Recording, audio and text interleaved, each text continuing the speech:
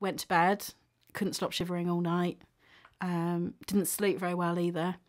6:30 in the morning, got out to take my friend back to the train station, and I'd realised my right leg was feeling a bit numb. Didn't mention anything to him. Drove them to the train station, came home and started to get a really bad headache, and just put it down to a migraine because I had numbness in my legs and stuff from migraines. Went to bed, started being sick. Again, presumed it was a migraine and thought that I better phone NHS Direct. So gave them a ring, and the woman on the phone said that she went through a whole load of symptoms, and then she said, I'm going to ask you one question. And this is the main question now. She said, when you're sick, does the pain in your head go? I said, oh, no, actually, it doesn't. I said, well, that normally helps with migraine, doesn't it? I said, yes. And she said, I don't think this is a migraine. I think this is meningitis. I'm phoning a 999 now. I'm going to get you an ambulance. So I didn't believe her, but knew there was something wrong. So the ambulance crews turned up and they said, we don't think this is meningitis. We think it's just a migraine as well. We're not going to take you in. A&E's busy. I said, no, I think I need to go in. And they said, well, we'll take you, but we won't take you to A&E. We'll take you to the out-of-hours doctor's service. And the guy injected an anti-sickness drug in one arm and a painkiller in the other arm. And he said, half an hour, if that hasn't worked, we'll take you through to A&E. It kind of did work, but I knew that I couldn't say it had. So I said, no, I'm still feeling ill. It still really hurts. So they took me through. And I remember a female doctor put me in a side room and apologising for the noise outside and turning the lights off. And I remember saying that I'm going to put a line in now because we might need it.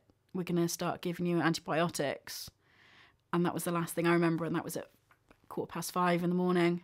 And I don't remember the Sunday or the Monday, possibly the Tuesday as well. And it wasn't until the Wednesday that I started feeling a bit more aware of my surroundings. I came home here, so totally on my own, which was a big shock. I didn't quite realise, I still didn't believe actually at that point that I'd had meningitis, even though everyone had told me. I was like, I can't, I'm too old. I can't have had it. Since I've come home, the after effects that I realised that I had was the tinnitus, the ringing in my ears. It stopped me getting to sleep at night. It was, I could hear it when people were talking, so I was concentrating on that and not people talking. I also realised very quickly that my short-term memory wasn't working very well. I couldn't remember normal everyday stuff. Couldn't remember locking the front door. I go to bed at night, leave the front door unlocked. Couldn't remember turning the cooker on and off. I couldn't remember appointments. I'd even got myself a book to write things down in. I put the book down and I've lost 3 books. I can't remember where I've put them. So my memory's been really badly affected. I suffer a lot with fatigue. I can sleep for 14 hours straight through, and then 2 or 3 hours later I need more sleep. I've put on a lot of weight, which has been hard to deal with because I've not been able to lose it. It's stopped me doing a whole lot of stuff that other people my age do. I can't go out to nightclubs. I can't deal with the noise. I can't drink alcohol because it causes pains in my head. So a lot of my friends aren't around anymore because they still go clubbing and they still go drinking, and I can't do that. So I guess socially it's had a big impact. I went back to my GP, and for a year I was seeing him, and he kept saying, you've had meningitis, what do you expect? And after a year I decided that that wasn't good enough anymore, and I actually wanted to find out what was wrong. So I changed GPs and went and registered with a new one, and went and saw them, and within a week they'd referred me to the brain injury team, who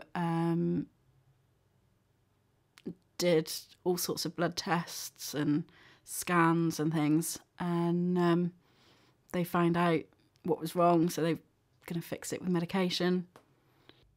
I guess, I don't know, I don't really have many hopes for the future now. I just kind of live it as each day, because you never know what's going to happen in the future. That just sorted that out when I had meningitis. Never thought it was going to be me. So now I just want to keep on as I'm doing. I guess it's coming up to 2 years now, so if my memory doesn't change, then I'm going to have to find more ways of dealing with it. I'm going to carry on as I'm doing and going on holidays and stuff like that. Hopefully I can carry on working. But I don't know, I've just learnt to just take each day as it comes and never actually think, oh well, it can wait till tomorrow.